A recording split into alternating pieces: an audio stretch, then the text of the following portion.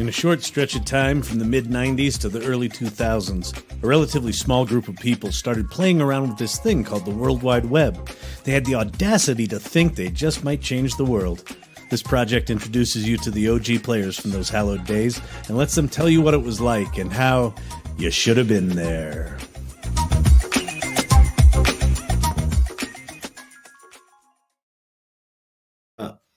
All right, welcome to episode 0, Before the Beginning. Today we're going to have a conversation with Bill Bloom. Ritesh, good to see you, sir. Hey, Kyle. How's it going, young man? Happy Friday. Hey, Happy Friday the 13th, 2020. Oh, it's Friday the 13th. This is going to go perfectly then. Exactly. Hey, first, before we get started, what kind of hair product are you using these days? Because I got to get me some of that. I know. It's called Don't Wash It. I like it. All right. So before we bring Bill on, we're going to bring him on. But while he can't defend himself, anything you would like folks to know about Bill Bloom? Bill Bloom, man, gentleman, a scholar, a legend, a guitar player, singer-songwriter, and right now doing lots of haikus, I think, on everything related to Donald Trump and the Aussie in the White House. So, gosh, he started when? I think 97 maybe. He ran a big team. I mean, I think the big projects were Meritz travel. I remember him going to St. Louis quite a lot. I have. Where is it? I just found the Meritz pitch deck. Oh, you did? Deck, yeah. Yeah. So we should found a bunch of stuff in an old folder. Exactly. All right. Well, let's bring him on. Bill Bloom. Bill Bloom, the world the man, the legend.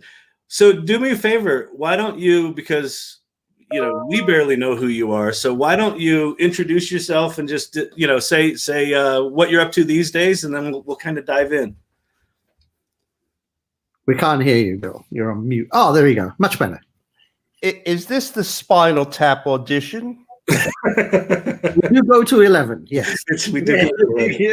So, what was the question, Kyle? What have I been up to? No, just introduce yourself. Like, who are you? What do you do? I am Bill Bloom. I was there when agency was booming. I think it was 98. Actually, it's hard to remember back. I think it was the end of 97, Bill, when if my memory serves me right. Oh, yeah. It was in the late 90s for sure. And what do you do today? What's your I run a market research company that has a mobile app that helps companies get market sentiment really fast. We work with packaging, we work with Citibank, we work with restaurants like McDonald's, if that's a restaurant, and a lot of CPG brands. So, Kyle and Ritesh, we always talk about all the things I learned at agency are being brought forward. Obviously, the technology's changed, but I wouldn't be running my own technology company if not for agency and subsequent, some skills I picked up along the way. Well, that's cool. Why don't we dig in there? Why don't we, give us your .com origin story. Like, I know a part of it started at agency.com, but like, what were you doing before that? What got you to talk about those earliest days? What made you the superhero you are today? Yeah. And the other thing is, how the hell did he find us? Yeah, exactly. Oh, that is. The whole story is just incredible, actually. All right, so let's go. I was a music guy. I had a recording studio. While I had the recording studio, I started working on sound and music for CD-ROMs. Didn't know what they were, and started to work with some CD-ROM companies. And when was this? Was this like late 80s, early 90s? This was mid to early 90s, 92 to 95. I had my music business, but I was doing music for CD-ROMs. So, for me, the .com bubble started there because I said, oh, I can do one of these. CD-ROM, I don't know what that is, but no one in the room does. So I invented one about a world made out of junk. It was an animated adventure game, and it got bought by Time Warner Interactive, like right out of the gate. And then I worked on that, and at the place that was making that was Laurent Stanovich. Okay. Oh, really? Yeah. it was called Learn Technologies, but he wasn't Laurent Stanovich of agency. He was Laurent Stanovich of LTI. He was like the senior producer on my project. We fought a lot because he knew somewhat what he was doing. I knew nothing. And 3/4 of the way through this project that he made, Disney sees it and says, in fact, a mutual friend of ours now, Jeff Selzer, he got this job at Disney. So he sees my CD-ROM. He pulls me out at the end of the project, and I go to Disney. Okay, and I make Aladdin's Math Quest, $5 million CD-ROM with Robin Williams. Now, my manager, I was a consultant, was a guy named Leonard Mlodinow. You following me? Leonard was Heather Mlodinow's husband. Oh, all right. I was not following you. So I time out. So far, just to catch you up. So while Ritesh and I are nodding, so Heather was a big player at agency.com, as was Laurent, which will become clear. But wow, so okay, I actually connecting all these dots is really interesting. Go on. It was like a small world of CD-ROM and internet kind of merging. I'm working for Leonard. I'm making this big project. Leonard leaves, and at the middle of the project, so I fully take it over. I mean, 150 people, 100 of them were Disney animators. I didn't know how to make animation. We were digitizing their animation. We did a beautiful job. It was 3D. I didn't know how to make 3D. But since I went through agency.com, where I knew nothing when I started and had to learn every day, these were the skills, right? Yeah. So Leonard starts inviting me over to his house in near Glendale, California. And I knew his wife, Heather Mlodinow, right? Yeah. And just Leonard's wife. I knew the kids. I knew the family. We went on a retreat with Disney once. So then I'm finished with Disney. I was on a contract and I was out there. And I come home. I have no idea what I'm going to do. I was with Disney for 2 years. I was just totally focused. And Leonard says, well, my wife's at this place. And, she said she would hire you if you stop in, because she saw me. That was pretty much the hiring process back then. If you stop in. Yeah, but the biggest project I did in the world was that Disney project. It had more moving parts than ever. So they knew I could do shit. What was your role on that project? Were you project manager? I created it. Oh, wow. I worked my partner from my previous project, who's also a great story because he went from furniture design to Lucasfilms because of that project. Wow. Great artist. And so we designed the Aladdin world. We were given interactive, all the people we needed to make this. And the skill that I had at agency and brought forward was I could take a team of super talented cats, agile cats running around, and I can herd them. Yeah.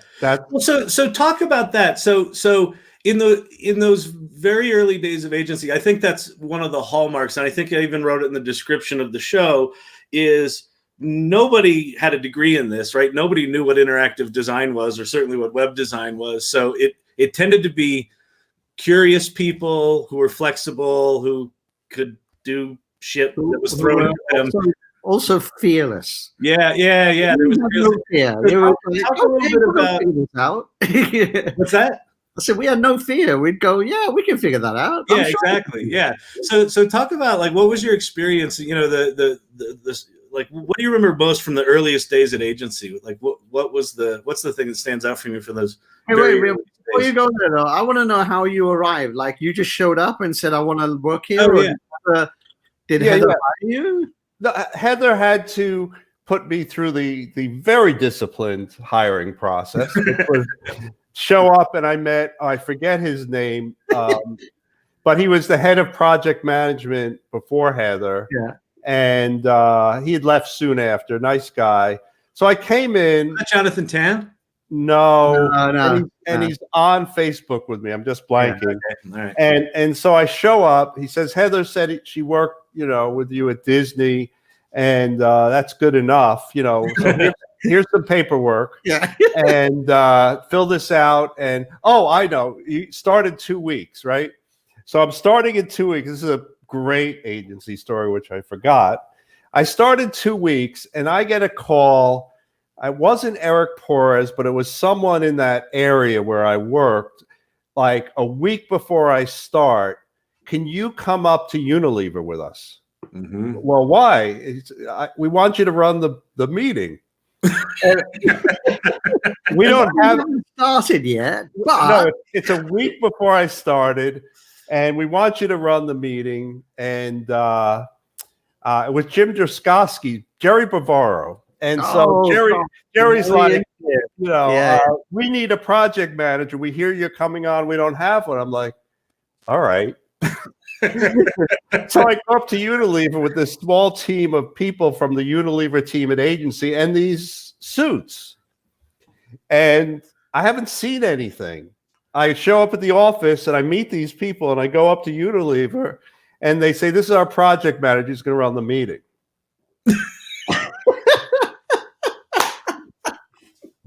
Yep, those were the days. Well, but you know what's amazing, Bill, is like, because we've been talking about some of these things on the Facebook group, and there are very similar stories. And I think maybe one of the hallmarks, if you survived at agency.com, you probably had to survive a moment like that, right? Yeah. Where you're just like, well, what do you mean?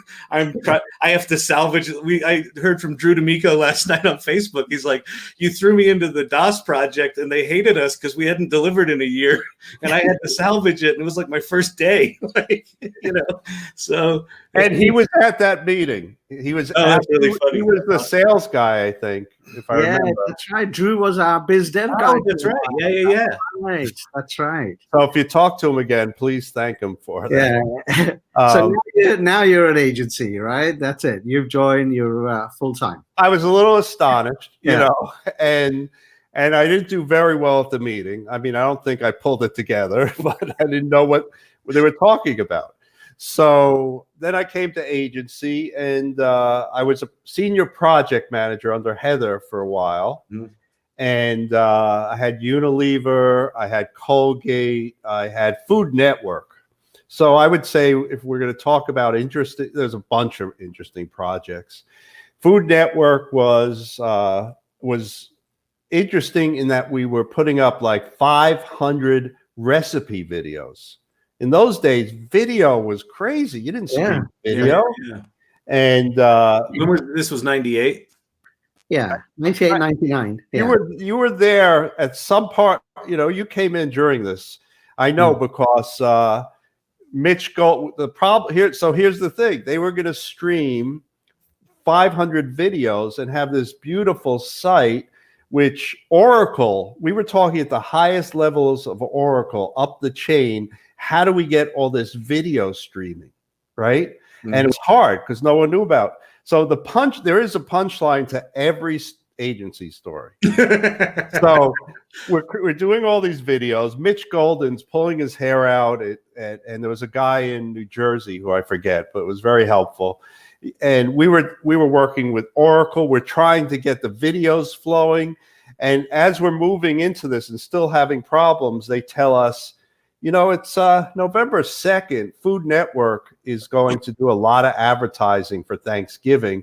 Oh. Our traffic's probably going to go up 20-fold in the next 2 weeks. And so that night I go home, and on my decamp bus to home, which Ritesh knows well, it says foodnetwork.com on the side. And I'm just like, this thing is going to crash and burn. We're gonna crash and burn from the traffic. Yeah. So that was typical. It was like everything was converging. My bus home had my project on it. You know, we were big time.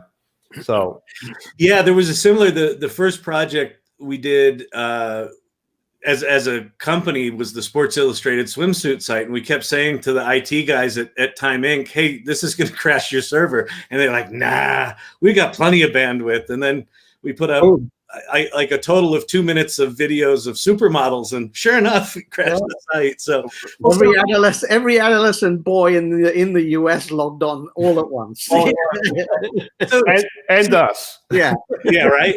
So talk to me about your time at agency.com. We can talk about specific projects in a second, but just talk about what are the highlights? What are the what were the people interactions that you remember, or what were some of the things that stick in your mind about just your experience working, in that time? Yeah. Well, it was the most incredible culture, and it was the most densely populated, talented people who for most part, were at the beginning of their career. I mean, it's easy to look back now at all the people who've done so many great things, or so many people who most everyone at agency has gone on to do amazing things. Except Kyle's still doing. It's really sad. Yeah, it's not good. You're right, Bill. I mean, the culture fostered some amazing. It was that fearless, go try it. I think, what was your famous saying, Kyle? Figure out what sucks and don't do it, right? Well, that was the original corporate motto.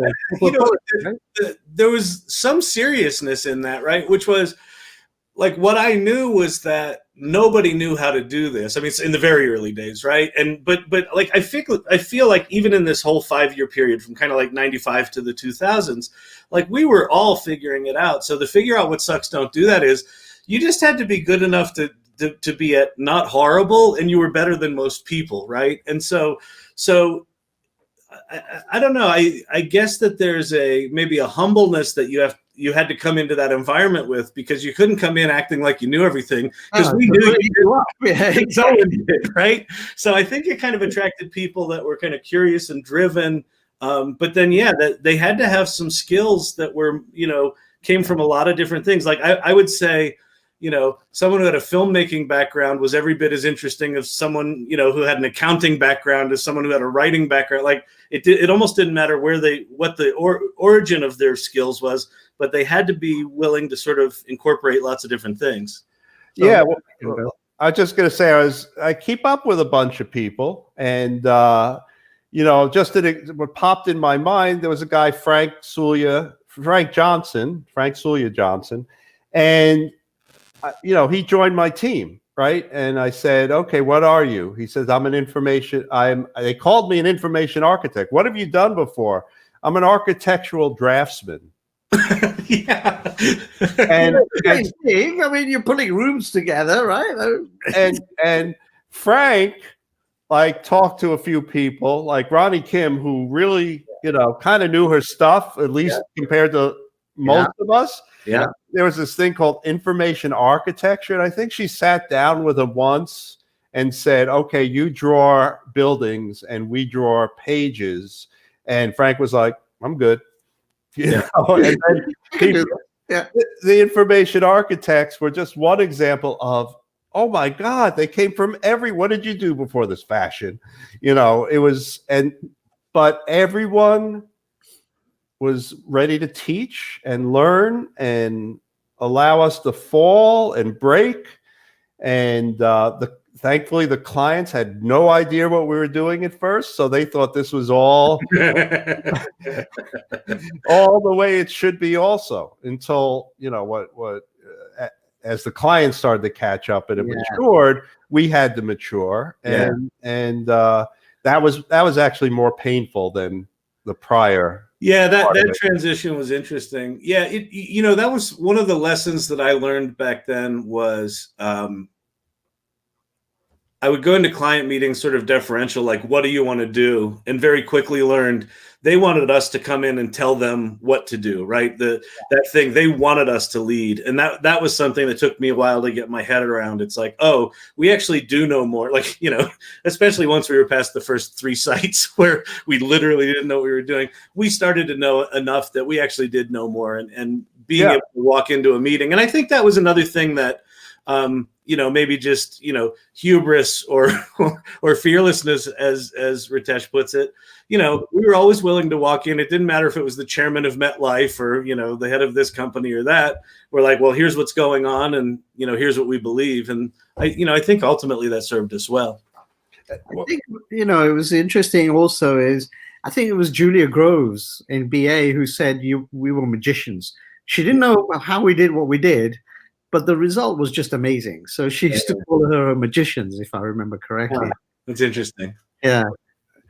Talking about like just how the level of access we got.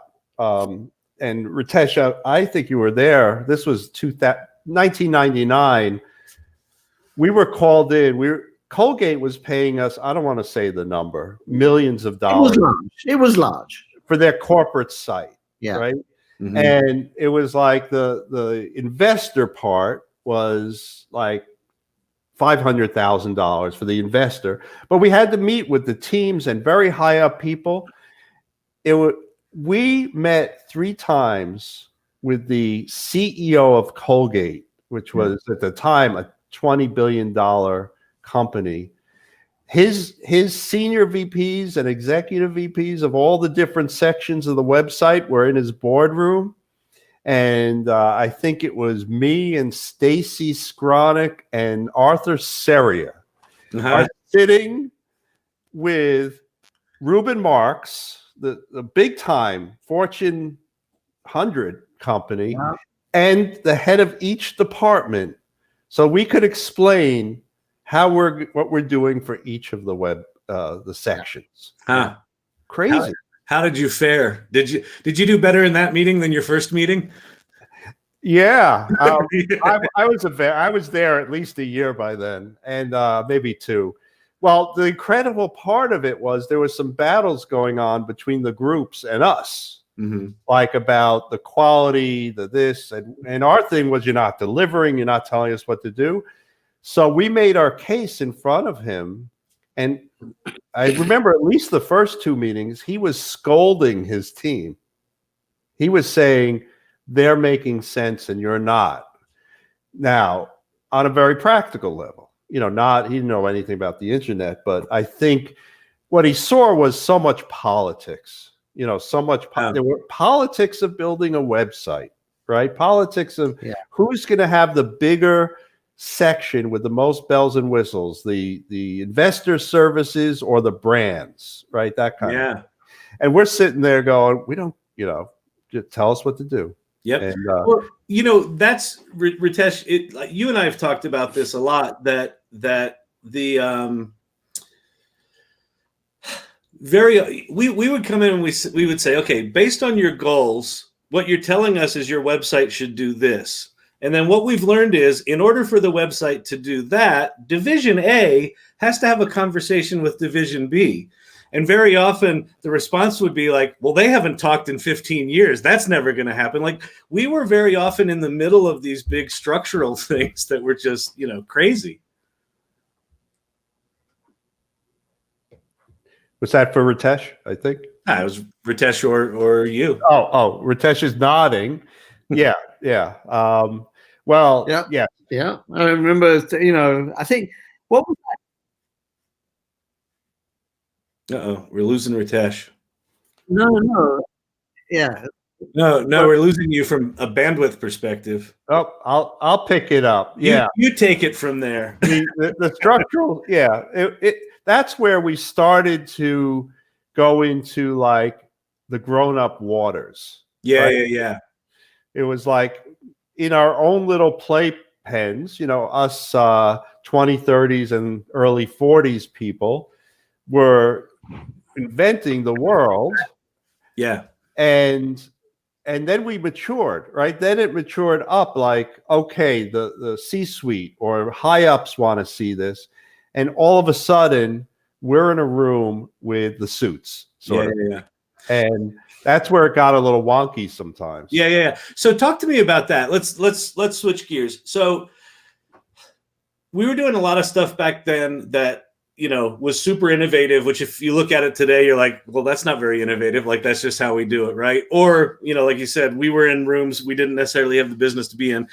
Can you think of a project or something you did there that you felt like, holy crap, I can't believe we pulled that off? Or, just talk to me about something that you feel kind of represents, sort of the outsized, I don't know, stuff we were up to, in spite of not really knowing what we were doing. And it was amazing. I'm going to give you 3. I'll maybe pontificate on all. About 10 of them, I think, but 3 would. Well, I know my problem with this show. It's like, every episode's going to be, too. There's too much to talk about. That's right.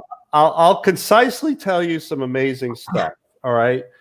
So early on, one of my first projects with Unilever, where I was a senior project manager working with that team, we did these things called Briskmates, which were animated. We made the animations. They were animated little things that were going to come onto the websites. And they were they looked like Art Crumb. They looked like really funky, interesting little animations that were digital commercials, 20 seconds, 15 seconds for Brisk.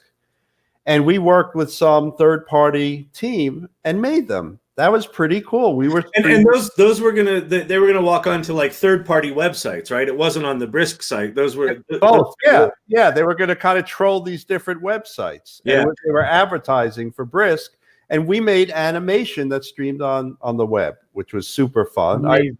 I just come from Disney, so I got that. Yeah.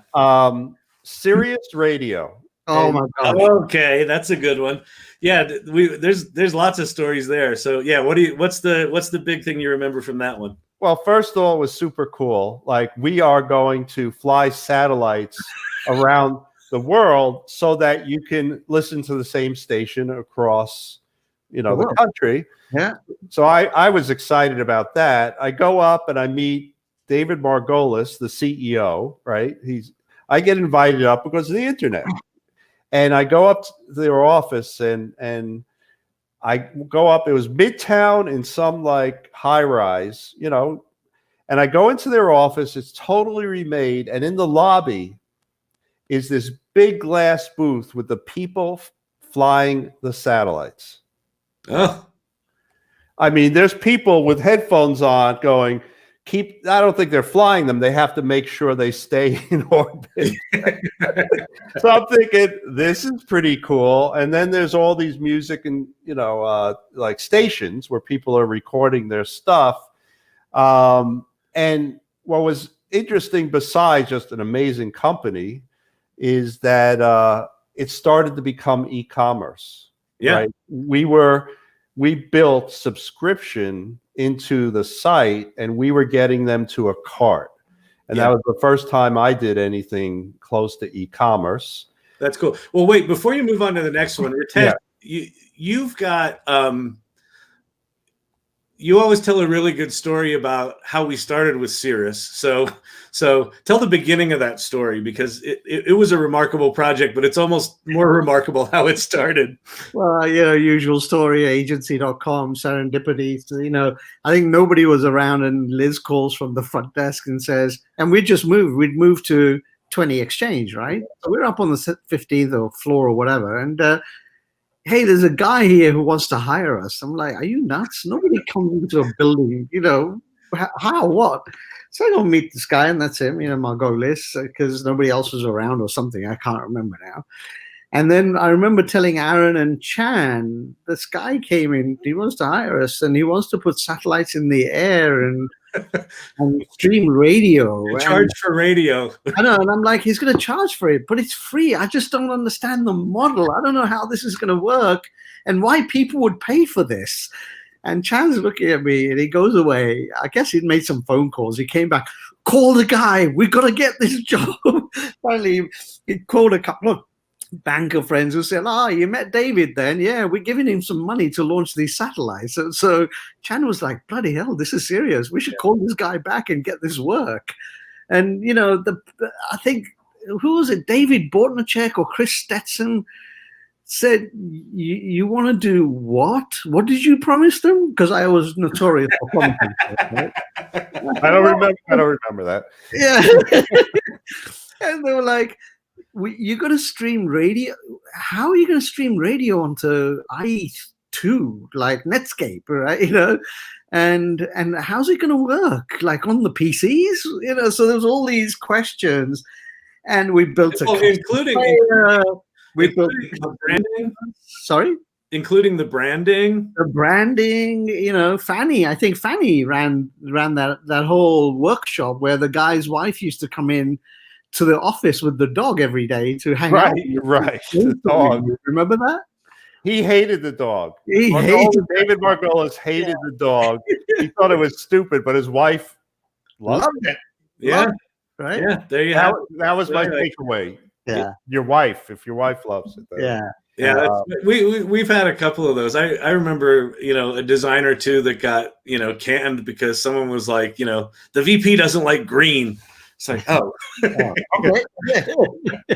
So what's the third one, Bill? Yeah, well, I'm going to tell a little mini one, and the third one you're going to tell more about. Okay. The little mini one was on Meritz. They paid us at first like $200,000 for. They want us to create their E logo. You know, they're a very established company. And so Ethan Blumenstrau and Mitch, what was his name? Mitch Grossman, right? Did like hundreds of logos because, you know, we had a lot of money. You could do a lot of logos. And the client flew into town, and the client started doing this a while back. Whenever they saw Mitch or Ethan, he'd look at all the logos and they'd be talking about the chakras and the essence of the logo and the gestalt and this. And the client, people were talking about that. Our people. Oh. You know, Ethan Blumenstrau was way out there. And every time they would turn to me and they'd go, that's awesome. So that was that. And the third one, Ritesh, you should talk about, because I was on the project, but the technology, the Gucci site that was built, which was something HTML, I forget, where you could drag around the product, was amazing. It was all Flash. This was when Flash was just coming out. And I remember because, you know, the creatives had some wacky ideas, and then these two youngsters, there's a Dutch fellow, Folkert, and like Jason, right? Yeah. They go up to I think it was Nick Lynn or Penny or somebody and say, there's this new thing. It's Flash. It's going to be amazing. We're going to go away and do something. And people were like, oh, here we go, right? And off they went, and they came back with this. You could move stuff around on the screen. You could like hold it and move it this way, and you could make it go up and down, and you could stream it back and forth. And we just all went, whoa, this is cool. And that's the first Flash site we made, was on Gucci.com. Put a little context. I mean, you know, CSS sites today with all their animation, you know, the first, you know, sites that we built in HTML, like the earliest ones we did in 94 and 95, the center tag for HTML didn't even exist yet, right? So we had to invent little images to be able to center So it was, you know, those very early days leading up to that Flash thing, was everything was fairly static. Like, I think there might have been animated GIFs at some point in there, so you could have a wiggly logo, but that was about it. And it was very, very rudimentary stuff. So Ritesh, talk about the beginning of the Gucci project, or the point where all the creatives were distracted. Remember that day? Oh yeah, I don't know if you remember this, Bill, but I think it was Aaron came around one day looking for somebody, and there was like nobody around in creative, like, and he's like, where is everybody? And they're like, Tom Ford's here briefing us. And what was supposed to be a small team, word spread very quickly that Tom Ford was in the building, and the entire creative department just disappeared into the meeting room. Wow. No, I missed that. It was crazy times. Yeah. Just think about it. Tom Ford comes up across that. To us. He came to our building. The top people, David Margolis. I sat with him 5 times. I mean, the web teams don't sit with the CEOs anymore. I mean, Yeah. Remember the meeting we had with the CIO of Colgate? We went up because we were trying to convince them that a content management system would be a good thing to do because they were up to around 200,000 pages or something crazy. And he wasn't listening. So somebody says, hey, you need to go up there. I think it was me and Chris Stetson who went up there in the end. Yeah. And I was literally, when I got out of the camera, I said, Chris, we're going to go meet the Chief Information Officer of Colgate. Wow. The guy who pioneered SAP globally. Tell him what to do. Justify to him why he needs to put a content management system in. So here's the question: did they put a content management system? Yeah. The whole Vignette thing came around. Vignette, right? Vignette was also Food Network, right? Yeah. Because Lawrence and who was it? Tom and Lawrence were the Vignette gurus, right? We had Bortnicek and some of the guys in Boston were all interwoven guys. Right. But most of our stuff was all Vignette. Because, we were the Java J2EE shop, whereby Boston was very Microsoft. And it was fascinating to see that going on. The politics. The politics of that internally were incredible. Politics of technology. Yeah. Yeah. There's weird cultural clashes, technology clashes. It was tribes when what was it? Tim came up with Flexitecture. Yeah. Remember that with Larry Krakauer and those guys? Wait. There you go. I just found we had our little. You had a little graphic and everything. Graphics, our channels. Look, XML was at the bottom, and I just found a bunch of old stuff. So crazy stuff. But it was amazing. I mean, look, when Esther and Kay are meeting with the CEO of British Airways. Yeah.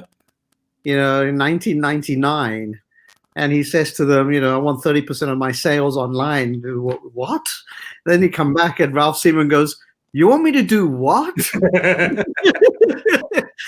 don't know how to access that thing. And you want to display fares and tickets? What? Are you nuts? Yeah, right? that was one of the things where, there's politics in big corporations. And that's one where it was like those computer systems did not talk. And it was like, and the data was all incompatible, and it was a mess. And that was some pretty deep digging. That was some big mess. Sitting on a IBM 3090, like 7 floors under Heathrow Airport or something. Yeah, exactly. Yeah.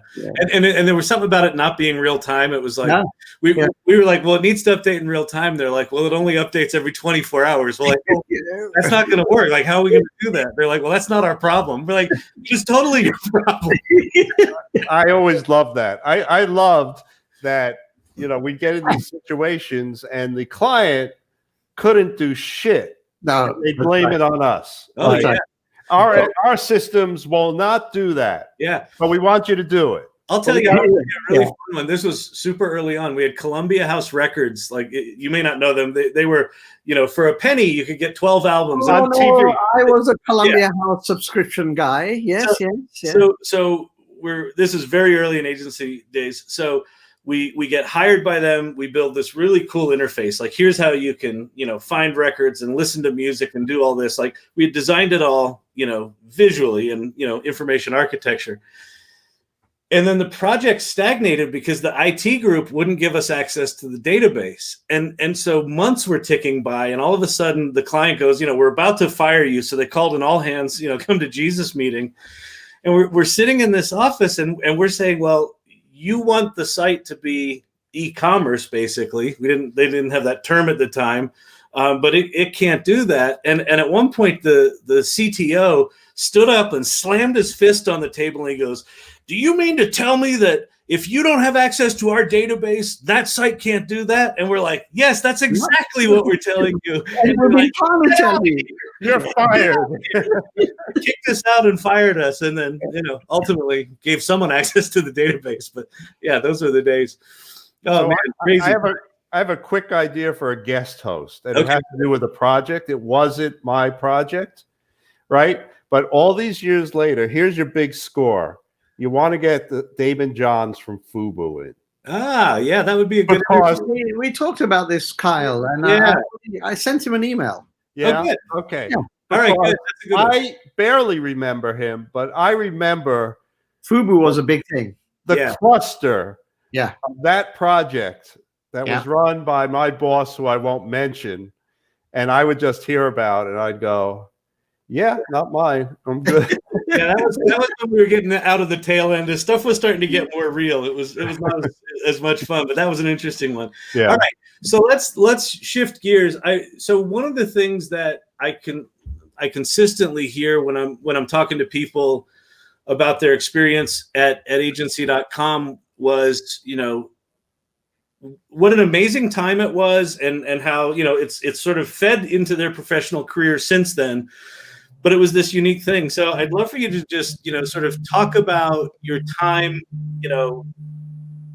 from when you left agency.com or sort of your transition from those early days. Like, what did you learn from it? What was your experience? What did you carry forward? All that sort of stuff. Yeah. As I said, I started out as a music guy, right? I was doing music production. Music production, towards the tail end of what I was doing, it was becoming more digital. So I had to become a little more tech savvy, right? Because you had to run Pro Tools or these different programs, right? And that helped me. So a lot of studios were going direct to digital anyway.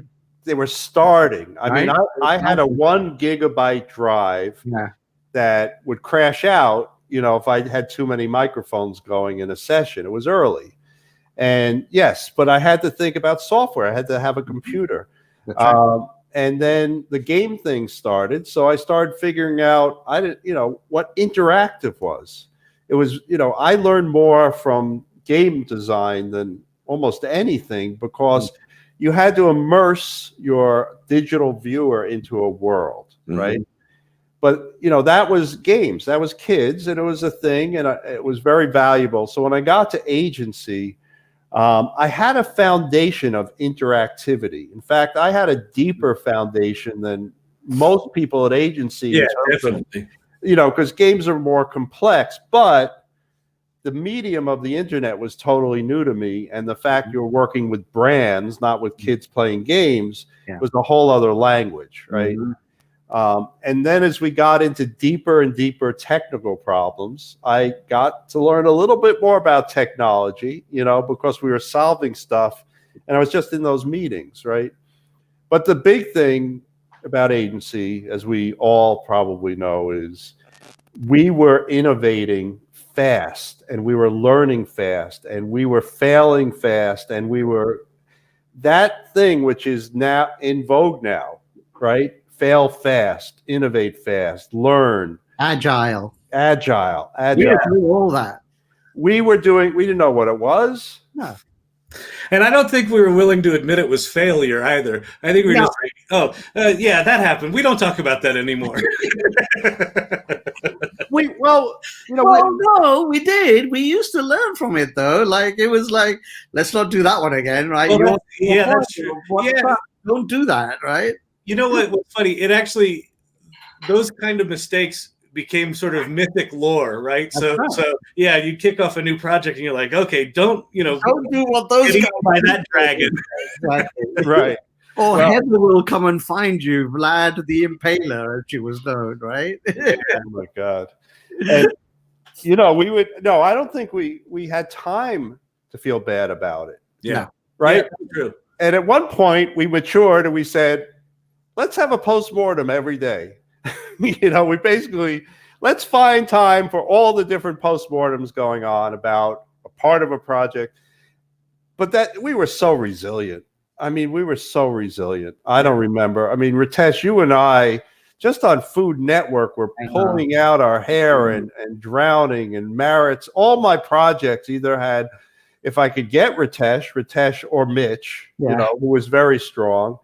And it was a brotherhood and a sisterhood, and that's why we're all together these days, because trial by fire. We grew up there. True. So I think sorry, Carl, the last projects you worked on, Bill, before I think you and Jeremy were tied to the hip a little bit, right? Shapiro on some of these things before you left, or was it after you left agency? No, Jeremy was on Colgate, and Colgate. I think he left a little bit before me. Yeah. And the interesting part, talk about sequences. So I left agency. I did my own little boutique-y thing for a while. And Jeremy's at another Omnicom agency doing SaaS, big time SaaS for HR. And so when you talk about what did I do after to get to my latest company, which is a mobile SaaS solution, I spent 12 years building SaaS technology. I was sort of a combination of head of tech, head of delivery, and I worked with folks, and we were building a very big SaaS solution that had 30,000 people on it every day, which was a whole different thing. And it was a standalone company, or you part of some bigger organization? What was it was called Bernard Hoda's Group. Oh, okay. Yeah. And they were part of Omnicom. And I think we went to their office after 9/11. I think that's what Jeremy said, because he was up there. Yeah. But so Jeremy, are they the ones that hosted us when we couldn't get back in our office here? No. That was we were at Fleischmann for a while when we couldn't after 9/11. Yeah. We were in the Fleischmann building on 42nd, right? Same building. It was the news building, right? Yes. Same building. Yeah.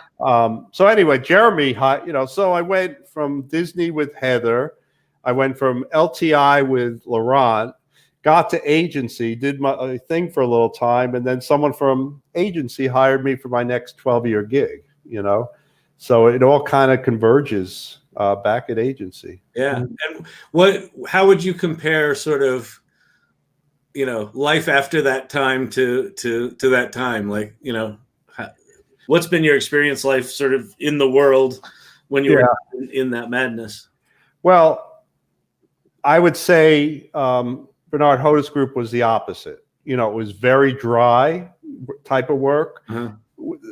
We didn't really do much creative, except we built corporate sites, but the corporate sites emulated, not the corporate, the HR recruiting sites, right? Emulated the corporate site. It was very businesslike. It was more of a grind. I saw Ritesh on the bus a whole bunch of times during that time, and we were both pretty tired. And we had 10:30 p.m. from the Port Authorities of Montclair, New Jersey. Oh, wow. Yeah, and that was my Ritesh time for about 10 years. And my business, now that I have one, and I bring a lot to that because it's a little company. We only have 5 people, but how we worked at agency plays a lot in it. We're much more, the creatives and the strategists and the data scientists, we're all one little team. And what is the thing from the agency experience you're trying to replicate? What are the things you're trying to keep there? Everyone's on an even plane on the team. Yeah. Everyone has a voice. Yeah. If you're a technical person, listen to the creative person. Although they're going into your fiefdom, they may have a great idea. and listen to your customers and react to them. Take in what they need on a daily basis. Yeah. Right? But most of all, it's the incubate great work with multidisciplinary skill sets and bring a lot of energy. I mean, that's the biggest thing. Agency was like a volcano of energy, which has never been replicated. And I so believe in that. You have to harness it, but you have to get that energy going. Wow, that's great. I remember my first visit to 665 after I joined, and walking through 3 different areas, including that infamous pit. And it was dark and dingy down there, but that's how they preferred it.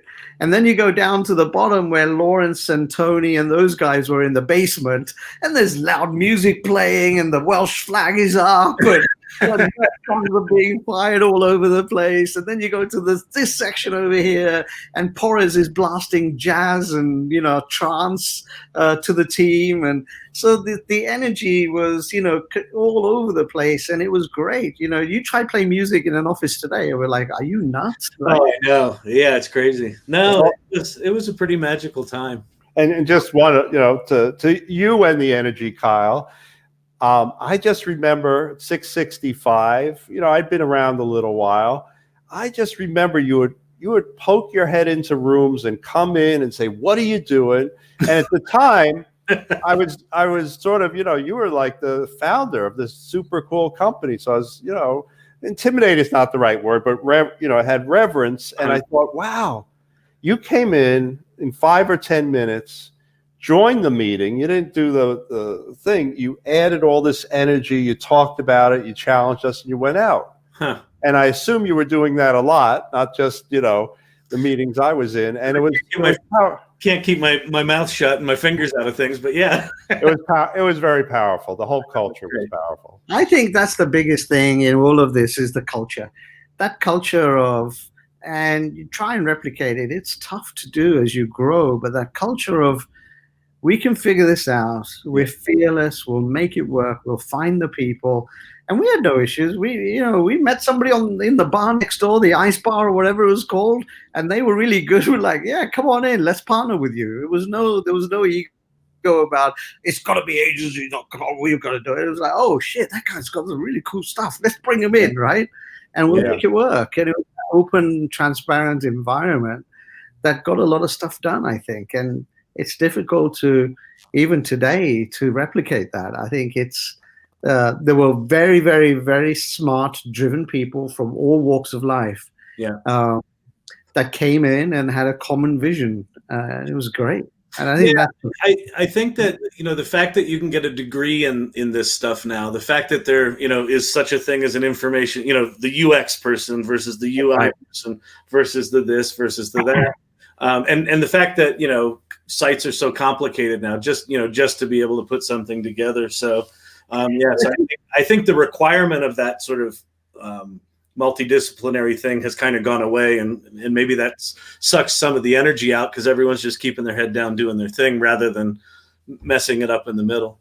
But I think it's coming back because corporations are realizing that that's not the way. Everywhere I go at the moment, marketing particularly, it's all around agile and cooperation and learn and test and learn and fail fast. Yeah.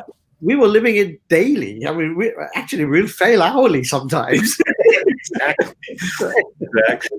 Well, and Kyle and I were talking before this. I think that this is one reason why, there's many reasons why this is important, but I think this is educational for us and for people out there now. The stuff that we were doing is really starting to seep back in. Yep. And we did things that people aren't even doing yet. Yeah. But they will. And I think that's amazing. Yeah. I show to folks sometimes at Ogilvy the San Antonio project, where HT had figured out how to do something on a Palm Pilot, and I don't know, Elliot, or Jamil, or I don't know who, there was a little team, the mobile team. Remember that when mobile was coming out with the Palm Pilot?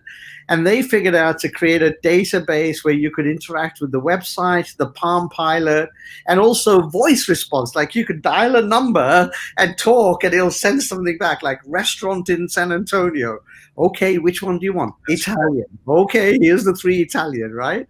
I mean, we were doing that with analog and dial up and all sorts of stuff. And now look at it. They're still trying to figure this out, right? Look at the sessions.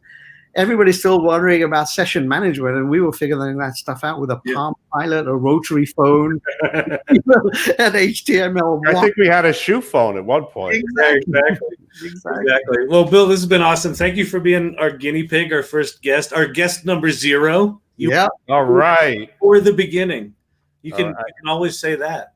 I appreciate the invite. I knew it would be fun. It was more fun than I expected, even with you guys. So it was wonderful. Great catching up. That's great. That's Thank great.